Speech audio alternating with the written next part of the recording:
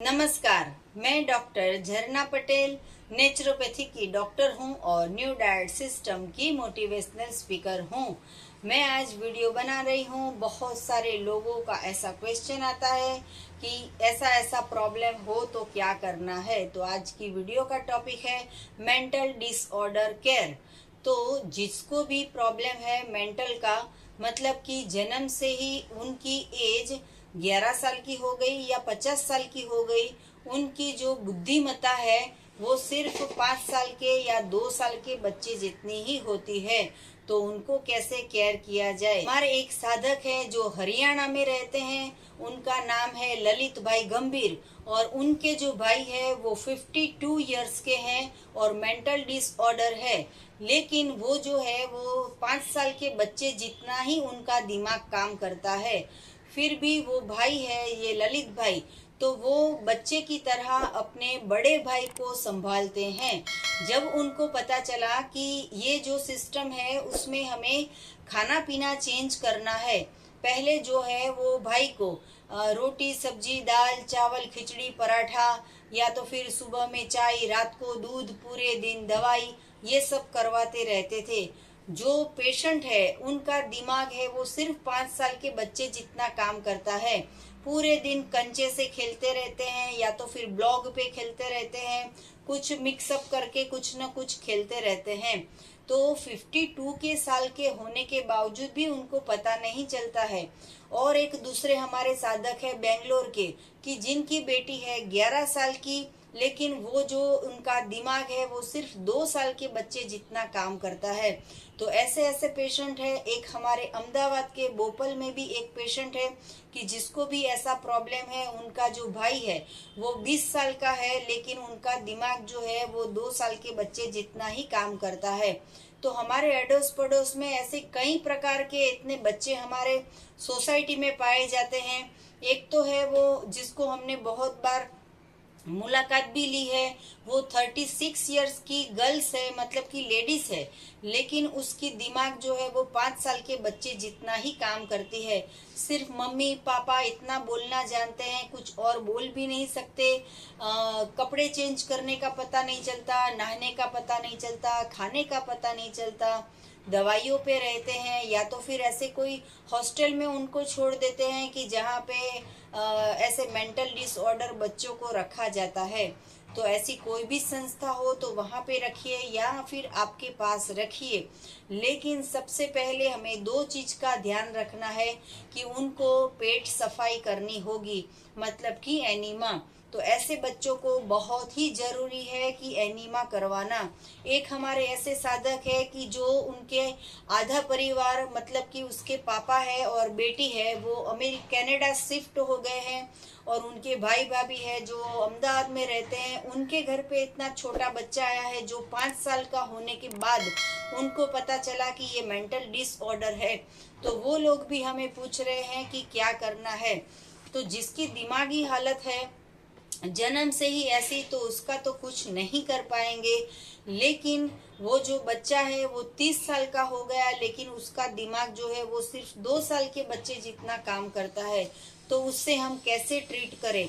तो उसको तो पता भी नहीं है कि चॉकलेट क्या है, खाखरा क्या है, बिस्किट क्या है, चवाना क्या है, आइसक्रीम क्या है, चाय क्या है, दूध क्या है, रोटी सब्जी पाव ब्रेड, ये कुछ उसको पता नहीं होता है। लेकिन घर में जो भी खाना पकता है वो बच्चों को खिलाते रहते हैं।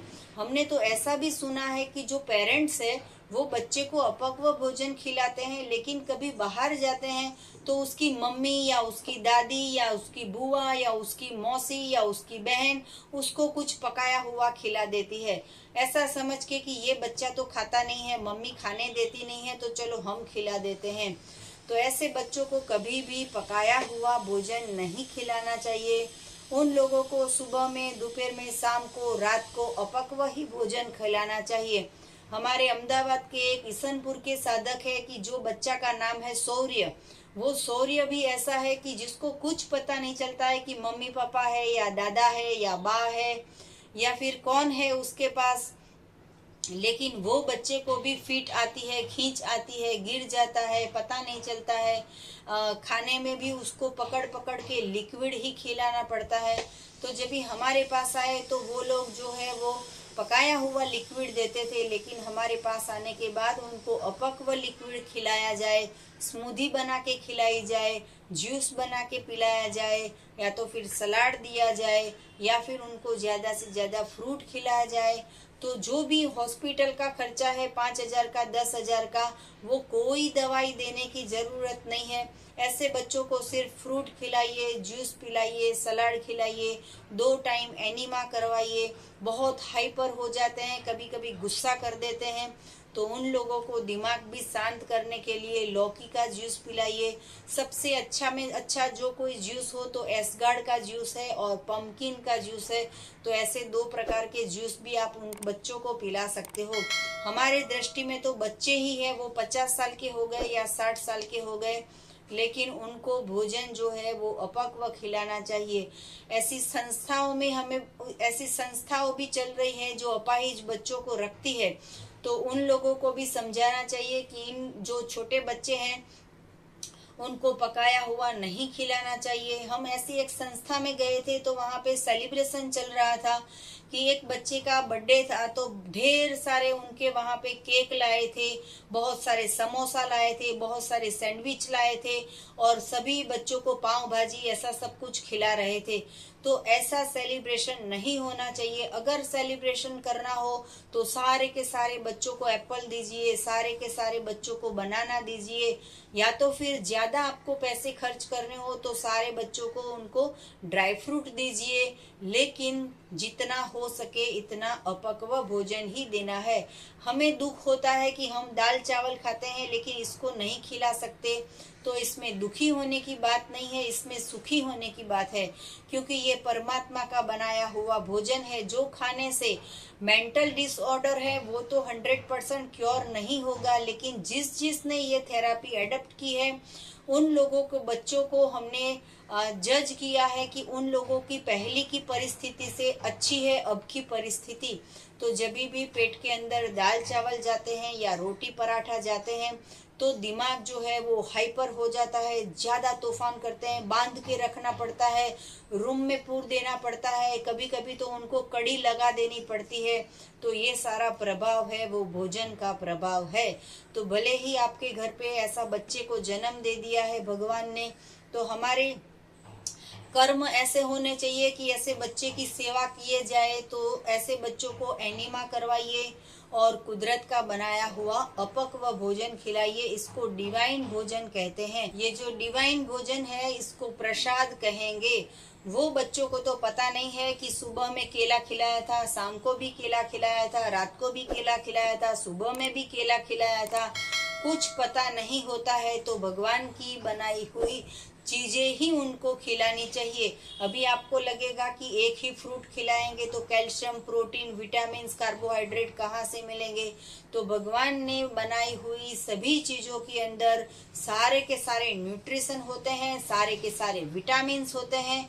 कोई कैल्शियम की डेफिशिएंसी नहीं हो जाएगी और कोई प्रॉब्लम नहीं हो जाएगा। ऐसे बच्चों को ज्यादा से ज्यादा सहजन का पाउडर का पत्तियों पिलाए जाइए या फिर आंवले का जूस पिलाया जाइए।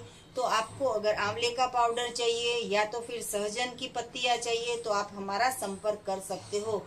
ये 2 प्रकार के पाउडर खाने से उनके ज्यादा से ज्यादा फायदा होगा, और पम्पकिन का जूस पिलाने से बिल्कुल दिमाग जो है वो तेज हो जाता है। तो आपको और भी कुछ जानकारी चाहिए तो आप हमारा संपर्क कर सकते हो।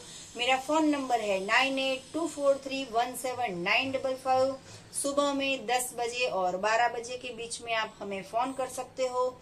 यही हमारा व्हाट्सएप का नंबर है जिसके ऊपर आप मैसेज कर सकते हो, अपॉइंटमेंट ले सकते हो। अहमदाबाद के नारायणपुरा में मेरा एनडीएस हेल्थ सेंटर है, जहाँ पे आप निशुल्क में आप कुछ भी बातें कर सकते हो, परामर्श कर सकते हो। तो हमारा मिशन है वर्ल्ड विदाउट मेडिसिन। हमारी वीडियो को लाइक करो, कमेंट करो, शेयर करो, सब्सक्राइब करो। आपको एनीमा पॉट चाहिए, वेट पट्टी चाहिए, जूस की कांच की बोतल चाहिए, स्ट्रॉ चाहिए, या फिर शैम्पू चाहिए, या फिर ऑर्गेनिक एनर्जी सीड्स चाहिए, ऐसी कुछ भी प्रोडक्ट चाहिए तो आप यही वीडियो के नीचे डिस्क्रिप्शन बॉक्स में लिंक है जहाँ पे भी आप ऑर्डर कर सकते हो। थैंक यू, आभार, प्रणाम, बाय।